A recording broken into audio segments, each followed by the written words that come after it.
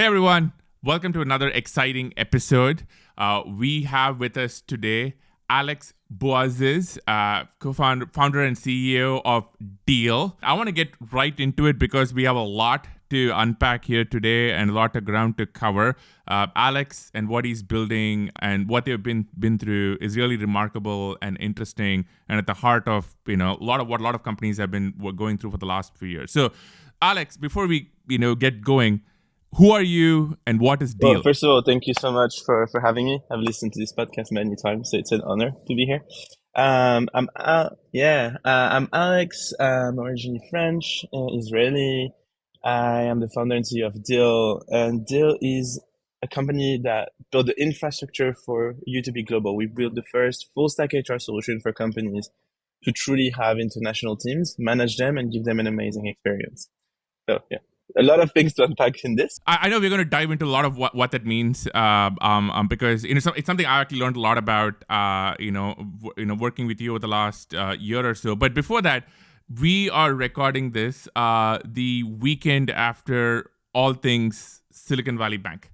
And I know you folks kind of really sprung into action and kind of an interesting moment for you. So would love to maybe start with explain to us how you saw events play out last Thursday, Friday, over the weekend, and what transpired from your perspective. Yeah, of course, this chain of events, and Deel, we work in the payroll space, and we have 450 plus bank accounts. So we work very closely with banks and payroll infrastructure and payments infrastructure. So very close to what we do in general.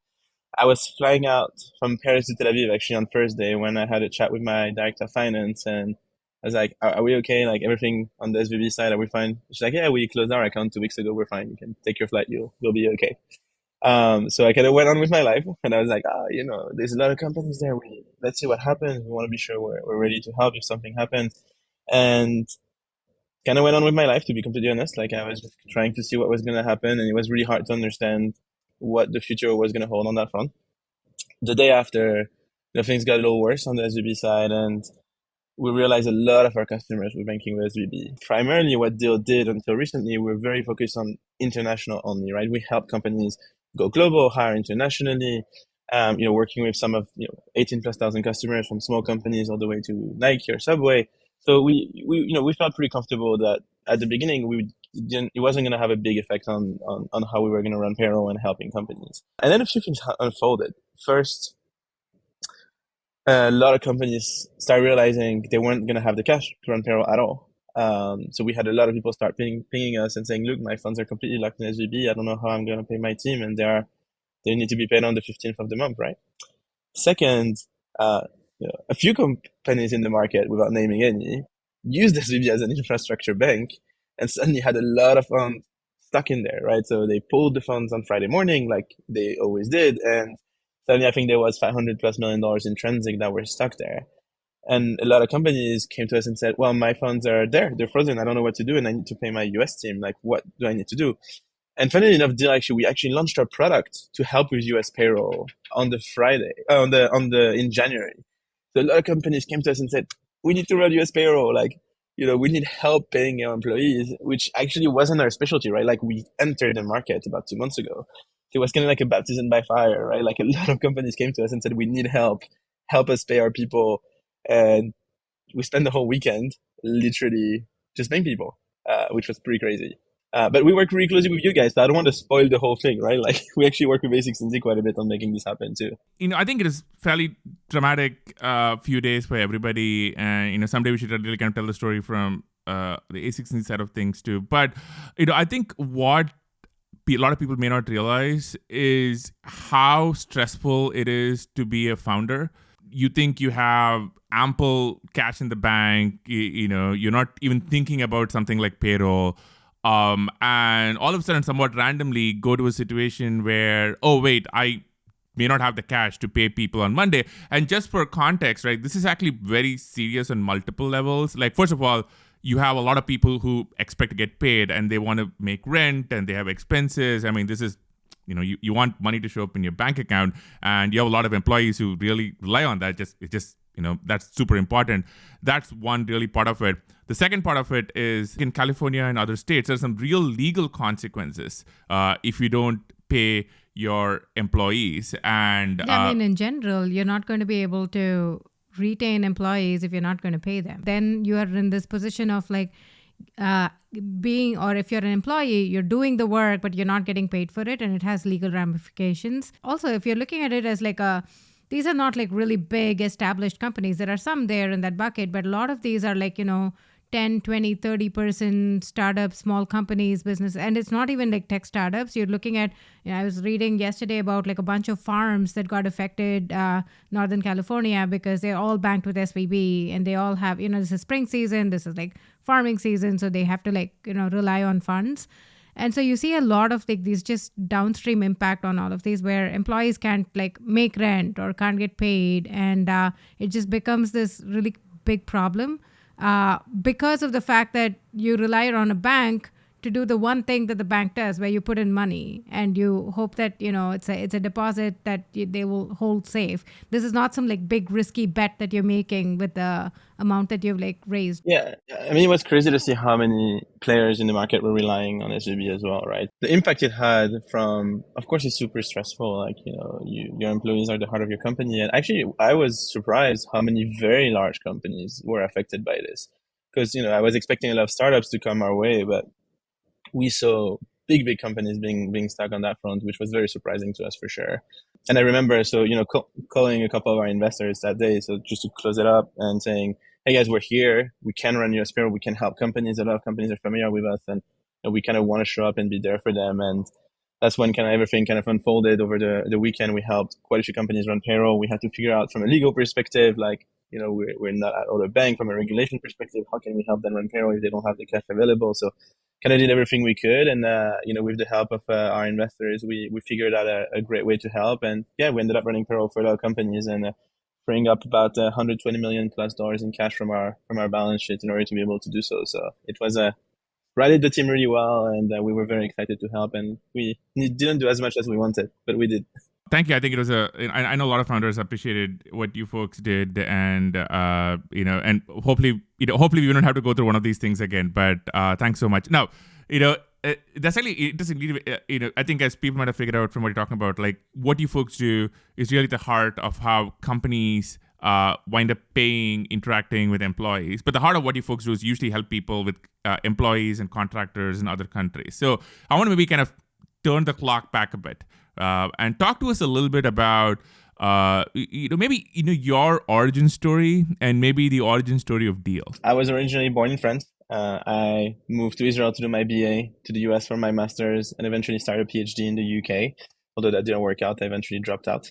And my co-founder, she's really great. You should really have her on. She was originally from China, is originally from China, and moved to the US in order to go through school, and did side jobs in order to pay her way through school. And I think throughout our careers in our life, we were always exposed to some of the most talented people in the world, and we realized that not being in Palo Alto actually cost them a lot, and not having the right opportunities or having to move for those opportunities was very, very common, and that didn't really feel fair, right? I remember some of the brightest people I knew going back to their home country, Albania or Croatia, where they were paid $500 a month, while some of my other friends went to the Bay Area and were paid a lot of money by some of the Stripes or the Slikes of the world because they could. That's kind of how we understood that there was something to shape up. And in 2019, that's when we started Deel, right? With the very concept of these hundreds of millions of people that are super talented around the world. How do we help them work for the best companies in the world, right? How do we empower companies so they feel comfortable hiring regardless of location and being more focused on talent? And that's really Deel's origin story. One of the things which really strikes me about, you folks is that I think there are a lot of companies which, either were started during the pandemic or really kind of grew during the pandemic. And in some ways, I think like Deel's story is intermingled with that of the pandemic because people were like, hey, I'm going to hire more people remotely, or people are just going to work from homes.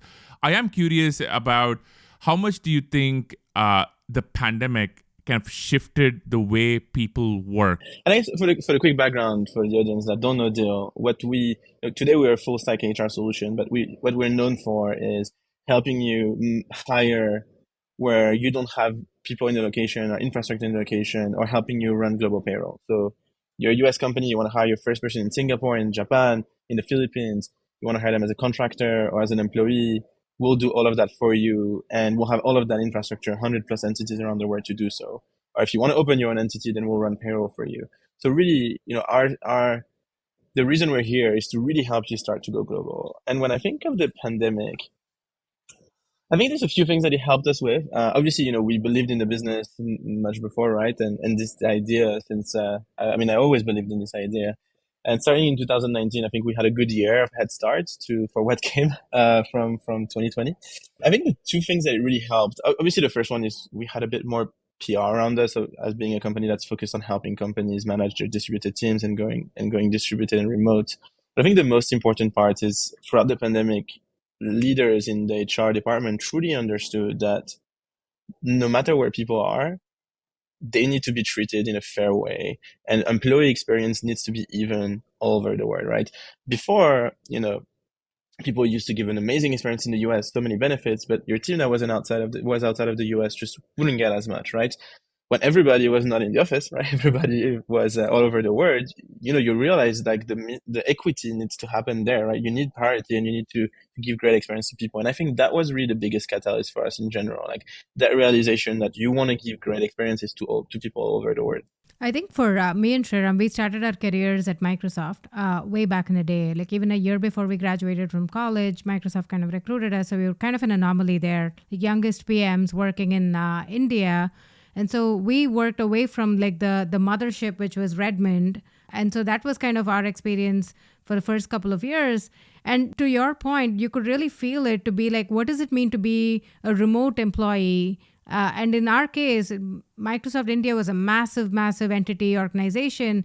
But even so, the teams that we worked on and the products that we worked on, we were kind of this like extension. So we were like a few people, like a 5, 6, 10 people team that were working on these products here. So time zone difference, everything else.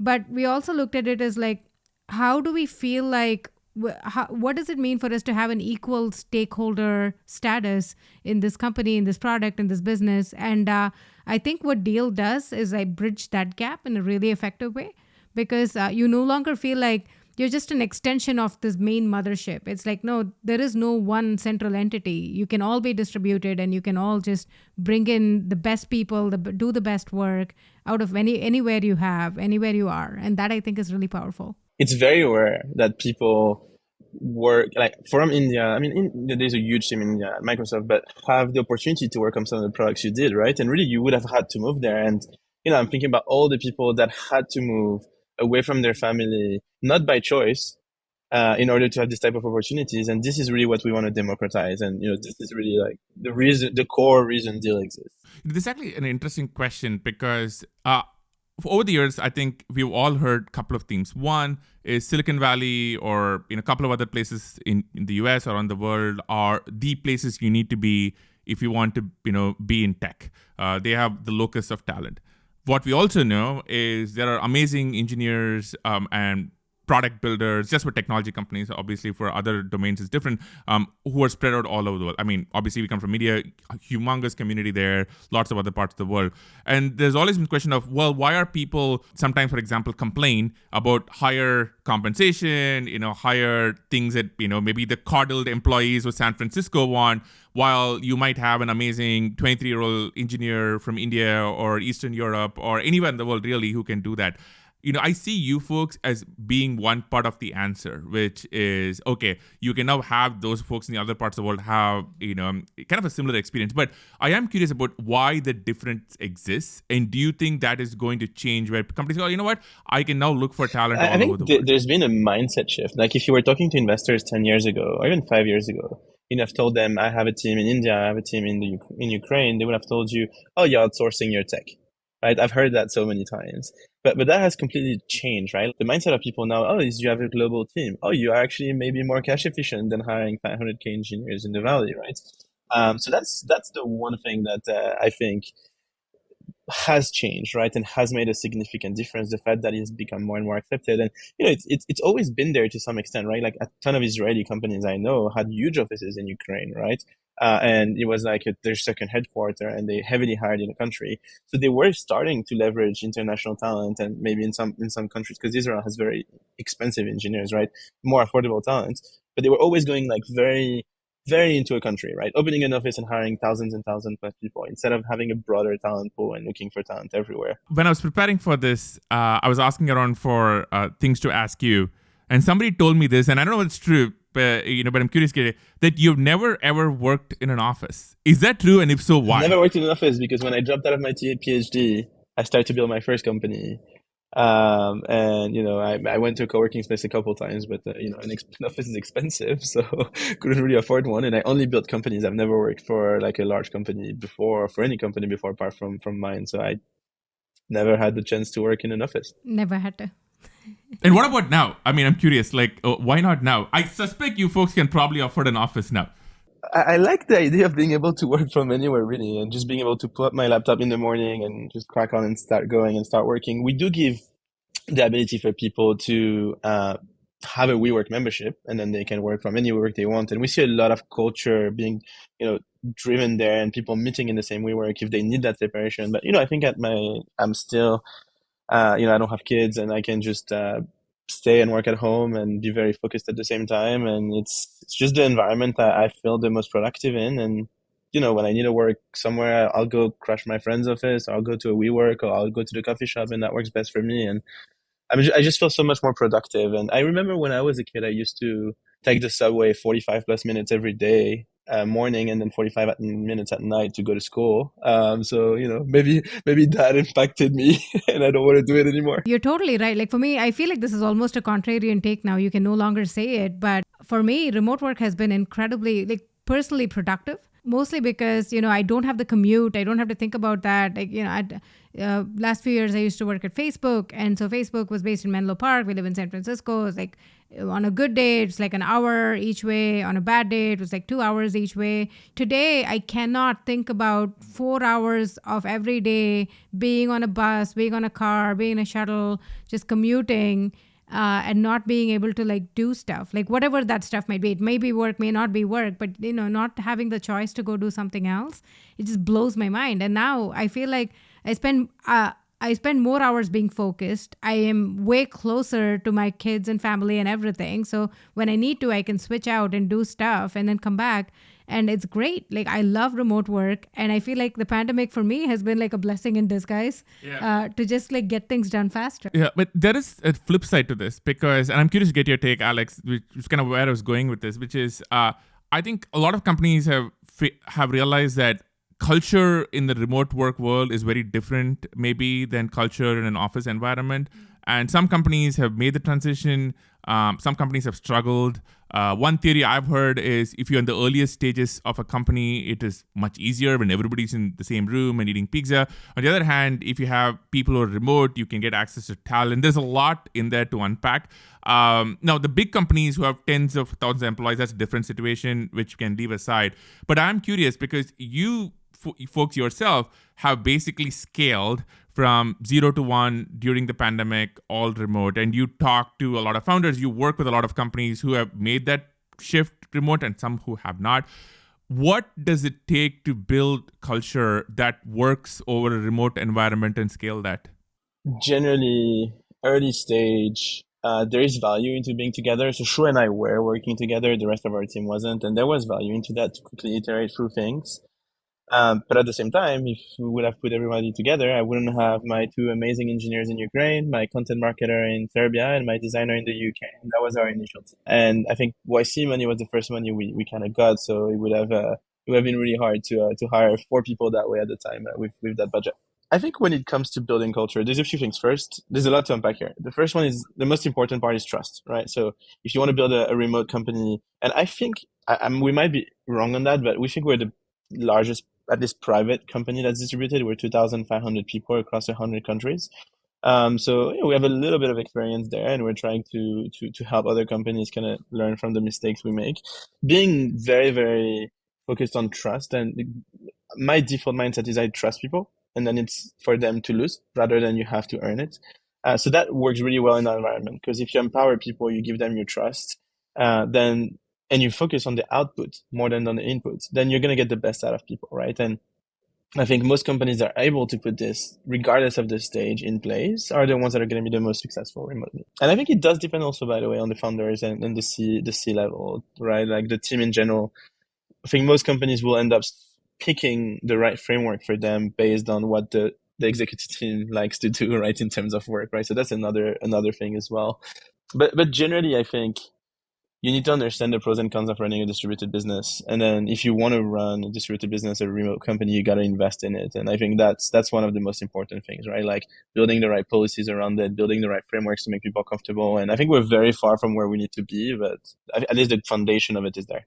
I'm curious, is there like a specific tip, like make these kinds of Slack posts or do this kind of meeting that you wind up, you now know that you didn't realize when you were starting off?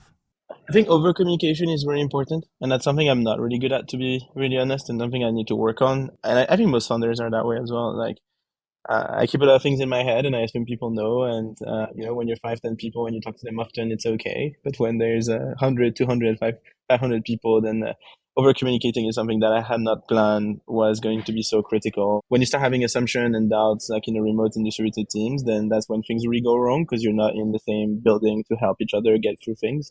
So that's something like I had to work on quite a bit for sure. And that was surprising to me because it wasn't obvious, let's put it that way. Alex, in a recent podcast, I think with Stebbings, there was one part that made me all like light up and really smile, which is your conversation on Savage founders.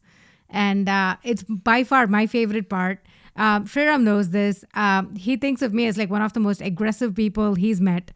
I really like working with that archetype of founders. And there's a whole community. You're from YC, I'm from YC, and we all, there are these tribes of people who are kind of similar to each other, focusing on the output, focusing on outcomes, and figuring out like what needs to happen to get this company to be successful. What is in your definition, what is a savage or a savage founder? How do you define that? And I want to talk about examples who you've known in current life system. My definition of it, I'm actually getting a bit clearer about it over time, which is kind of fun. It's, oftentimes I talk with founders or CEOs or executive at companies, and they think about what they need to do, they theorize about what they need to do, but they don't do it, right? And my question is always like, well, why don't you do it? Why don't you try today? Put 5 people on it and see what happens, right? And that scares a lot of them when you start talking about things like that. Like, just try. Who cares? It doesn't work, then you'll change it. And I think that mentality of like, try, get it done. Let's see how it works. Let's move forward. Like, that's the thing that I look for people in the most, and what I think is really like the savagery there, which is like, it doesn't matter. Let's freaking work. Let's get through it. Let's get it done. I genuinely think, I know sometimes people get mad at me for saying this, so but I think working hard is a competitive advantage. Oh, let's take a step back here. Oh my goodness. Are you sure? Like this is going to go viral right YouTube's there. YouTube's going to put a disclaimer at the top.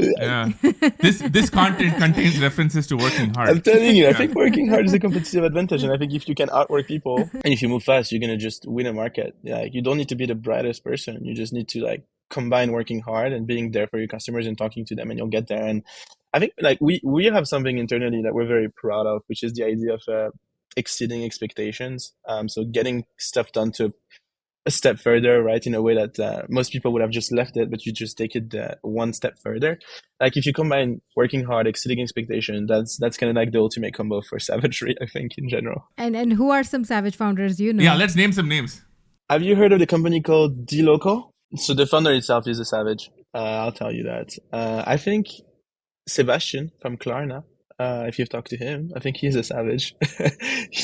Well, I'll give you an example. So I spent some time at Twitter recently with Elon Musk, and I think he fits that bucket. And I actually think you're making a very profound point, and is often underappreciated, where and this is not just for startups. I think it's true for any company, any system, any organization, where you're often stuck, where you don't know what the right path forward is. And there are smart people in the room who have opposing data points, opposing pros and cons. There are reasonable paths on both sides. I've empirically found that the people who wind up winning are the folks who are just like, let's go try something. right?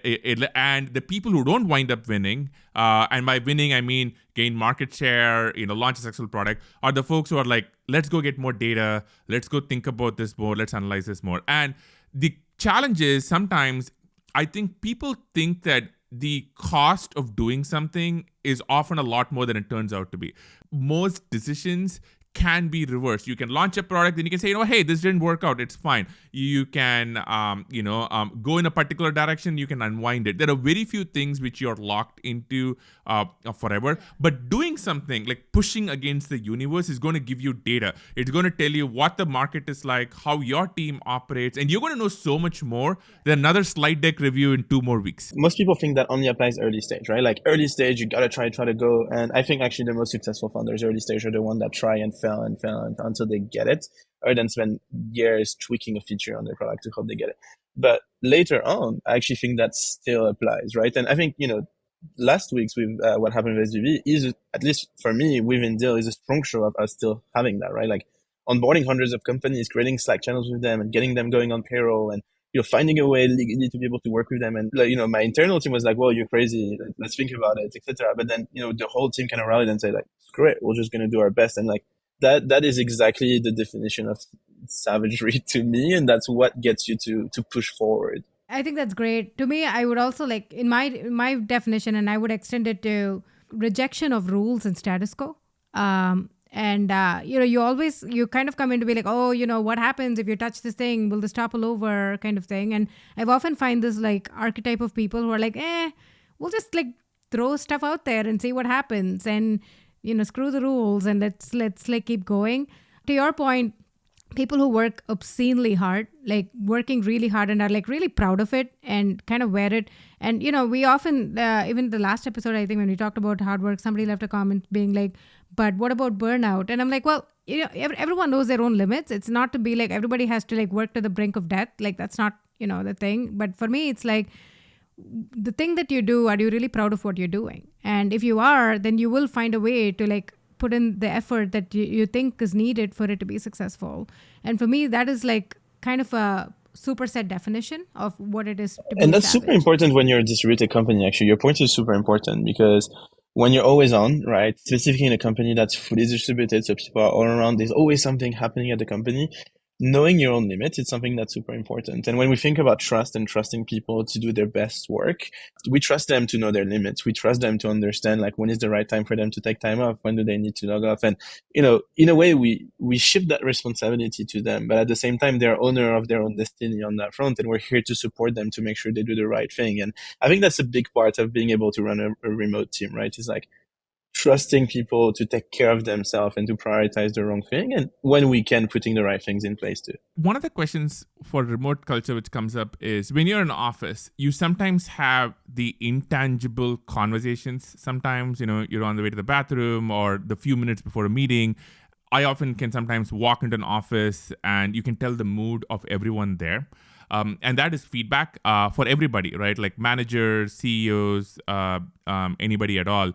And some companies have struggled with losing this in all remote, all Slack, all Zoom environment, where you can't actually tell when somebody is slightly unhappy. That person may not be getting mentorship, or that person, like, the way you can tell the moment you walk into an office space. And you're also not getting these intangible conversations. You're getting these 30 minutes scheduled Zoom conversations happen. And how do you think about like the feedback loop for culture? One of the reasons our HR leader comes from a very, very strong HRBP background is because of that. Exactly, right? I think, on the people operation side, on the tech side, we're building tools at Deel for this. So we're pretty good on this. So the one thing that was very important for me is being able to create the environment for people to be able to speak up and for performance reviews to be done really well. So doubling down on the HRBP side of the leadership team and taking that as a big strength was super important for us. Second, and I don't have experience with offices, but I do think that there is a con into having everyone into offices. Sure, there's conversations that happen that are important, but I think there's also a lot of conversations that are less important and that, might take a lot of the time of the team and distract them from the goal as well. It's like, I like the fact that, at Deel, we're very nice to each other. We spend as much time as we can, but like you said, like it's 30 minutes Zoom call there, 30 minutes Zoom call there. And we're not just I just think that when you're spending all day next to people every year, there's more room and surface area for errors and for problems as well. And I think that actually, like, the fact that we're fully distributed definitely helps with that too. I want to switch gears just a little bit. Again, I was doing some homework on you because I was very familiar with Deel, but less about your background. And one of the themes which came about is that, like a lot of others, you're grown up playing video games, but you also kind of try to adapt a lot of that influence in how you work, how you function. Kind of curious about, well, let's start with something. Favorite game that you spent the most time playing as a kid, and then how it has maybe influenced As you a kid, well, I played so many. I'd say Age of Empire or League of Legends. I spent a lot of my time on this. We used to work at Microsoft, so AOE was a huge Age thing. of Empire is big. We just had Mark Merrill on the show for I love Mark. League of Legends Mark fame. is great. I mean, League of Legends will definitely shaped it. Mark is savage. Yeah. The thing is, actually, I actually think my time, I grew up in that esports revolution and that gaming and environment. Actually, one of the reasons people always used to tell me in the same way, like, why do you like watching Twitch all day? Like, when I was young, my big cousins used to play and I actually couldn't play because they were the ones holding the remote. So I was just watching. So I'm used to doing that to some extent. Like, if you think about it, online, you play with people, you make friends. I made friends throughout my life online that I never met, in the same mindset that, like, I work with people that I've never met, right? So I actually do think that this influenced me a lot to be much more accepting of, like, working with people I've never met in person and trusting them in the way that you trust people when you're playing League on a 5-on-5 to some extent, right? So I actually do think, like, gaming in so many ways, like, shaped, well, first, I'm an engineer, so I think that helped as well, but, like, shaped my way of thinking and solving problems, right? If you play an Uncharted or if you play, like, a Legend of Zelda, right? Like, that definitely shapes your brain to try to find, like, the little things on the side that are hidden so you get that treasure or stuff like that. Plus, there's just the collaborative aspect of things and the ability to just work with people, to play with people all over the world without knowing them, just ties very well into the generation that I think we have today. I actually didn't know about your video game influence, so you might have to be in this list. But my most notable example of a CEO influenced by video games is Toby of Shopify, because I think he has deeply integrated video games into how he thinks and works. So, for example, he will tell you that the lesson he learned from StarCraft, which holds true for companies, is the fundamental unit you have is time. And, units of time is the most important thing, and how do you optimize it? And all the way to his teams are called, I think, upgrade packs. There's lots of stuff where Toby's like, I know, even today, I think in Shopify, one of the best ways to get noticed and hired at Shopify is to prove you're an excellent StarCraft player. A lot of my friends from uni I met through being in the League of Legends team of Imperial College are actually working at Deel today and part of the team. There we go. That's like awesome. We had Mark Merrill on the show, so we got to, like, nerd out about LOL, but we also got to talk about, like, Arcane and everything else. You see a set of founders who are, like, so obsessed with video games, and it kind of shapes. And I think, to your point on Twitch, I say the same thing about Sriram. So Sriram games a lot, especially late night. And I'll just, like, sit next to him on my laptop and I'll just, like, watch him play. And I'm like, I invented Twitch before we all knew what Twitch was. And I used to say, like, even like a decade ago, we used to sit down and just watch Aarthi was the first, chat person yelling at me, right? Like telling, you're full of it. Okay, so the other really interesting thing I want to ask you, and you're really one of the few people with the insight into this, is you now have to deal with employees and contractors in so many different countries. Kind of curious about what are sort of varying legal quirks or things that you have run into. Maybe it's some examples, right? Like, because I've been amazed by some of the stories I've heard. Like, what are some of the weirdest or most, like, unintuitive things that I have so many. I don't even need to go that deep because I see it every other week with founders. So I'm French, so I know European laws very well, but a lot of American founders don't know European laws very well. And they always try to be really nice to their employees. Like, I'm not gonna give them a probation period. I'm gonna let them work. And when you're looking at countries like the Netherlands or France or Germany, actually, I had a case last week in Germany. You cannot just terminate someone and tell them, like, goodbye, like you do it in the US. And, you need to pay severance, you can go to court, it's going to take time, it's going to cost a lot of money. And I have seen so many cases where people just think they're just gonna turn up on Monday and say, "Hey, here's your 2 weeks notice and good luck." And that's actually like a big part of why we are kind of like the best on the market in what we do. Over the last 6 months, we had to have a lot of companies do layoffs, right? And I think we kind of had in on behalf of companies, because in the employer of record model, we are the employer, right? Like those are our employees on behalf of our customers.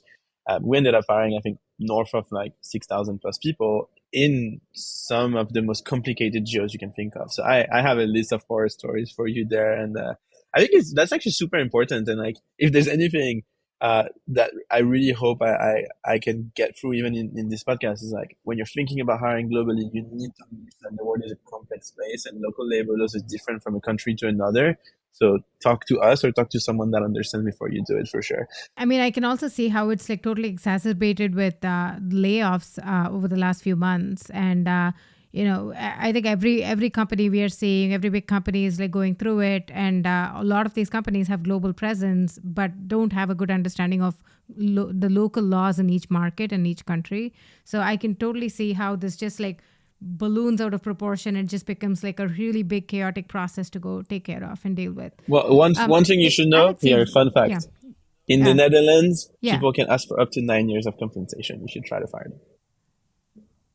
Yes. 9 years? Wow. Has it happened? Wow. I've seen people happened? asking for it, and then you end up settling at like 4 to 5 or 6 months. But when you're a founder and you hear, I want 9 years of severance, you go, okay, it's gonna be very hard. Wow. Okay. I mean, particularly given the fact that most companies, when they do layoffs, they're probably not in a great financial position anyway, right? Like it's kind of difficult to be like, well, and pay me for 9 years. How but does it work? this is the law. Yeah. One thing I learned, thank God, my we have a pretty big legal team, like 50 plus people, plus a ton of external lawyers in every country. We have internal lawyers too.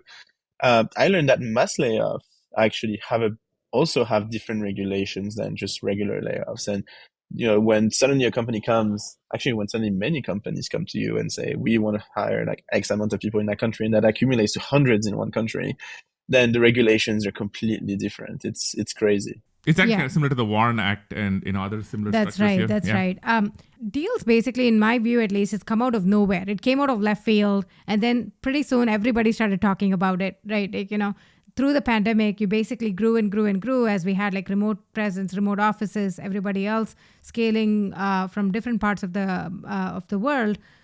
When you talk to other people, I'm sure people ask you, what is the secret to basically scaling a company this quickly? How do you grow so fast? And it's not just the culture part, but just the logistics. And how do you just get a startup from like, hey, we get out of YC, hit the grades running, and then you're just like, off to the races? We still have a lot to learn, and I still have a lot to learn. But I think a couple of things. First, so the scale itself, what I do think was pretty impressive, where we went from 4 million to 57, and then 57 to almost 300 million in the last 2 years, right? So, and we went from I think 50 employees to 2,500 employees, right? So pretty heavy growth on our side, and I think we learned a lot. A few things that we were lucky to do right.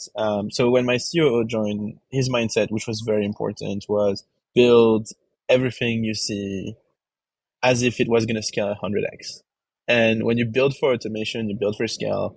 And there's as much automation as you can do, and some automation takes time. Specifically when we have 450 plus bank accounts around the world, and we need to understand legal in every country. Like there's parts that are hard to automate. But if your mindset is always, well, what happens if 100x the users that you have today like happen to be using exactly that?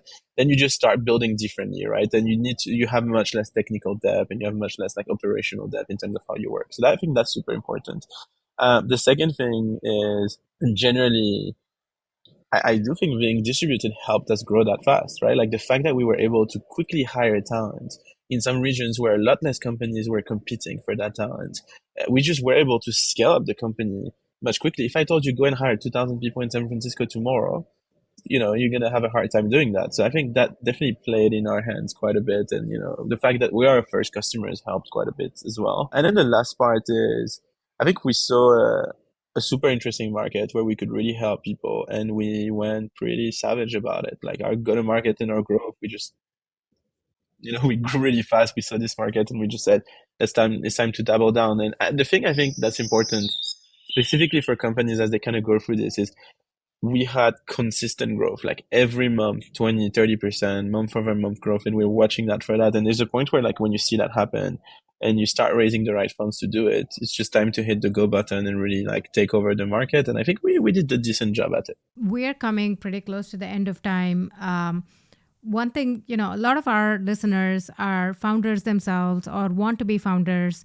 They're pretty widely distributed. Given that, Sriram and I came from India, we moved here a decade or so ago. We have this like widespread audience of people who are like in tech or want to get into tech, want to get into starting a company. So if you had to talk to founders or people who want to be founders and give them like, hey, here are the few things that if I were you, I would think about, advice for founders, what would that be? The common theme I see in most people, whether or not they'll make for successful founders is a different story. But I see a lot of people, like you were saying earlier, theorizing and collecting data and thinking about it. And, and I understand it's hard to work when you have another job, but I think if you're very passionate about something, you should just go and build it. There's so many tools and so much available out there that you can build an MVP in like a couple of days, and you don't need to be a genius at coding, right? Like no code tools get you very, very far nowadays. And I think most of the founders that I think are the most successful in the same mindsets are the ones that try really fast and see if it works. And most of the ones that just end up wishing and the wishful thinking of like, I want to build this, are the ones that just find excuses for not doing things. So, I come back from work, I'm so tired, or, in the weekend, it's my time for me to rest. Like, look, if you want to be a founder, like the next few years of your life will be very complicated and there's sacrifices you need to make, and understand that, go as hard as you can, go as fast as you can. And that's when you'll build something great. Here's one last thing which we try and ask everybody, which is, let us say you're time traveling to few decades out in the future, maybe many decades out in the future, and you're looking back upon this time of your life, of Deel's existence. What would make you happy? What would you want you to have done? What do you want Deel to have done? What would you look back upon and say, well, that was job well done?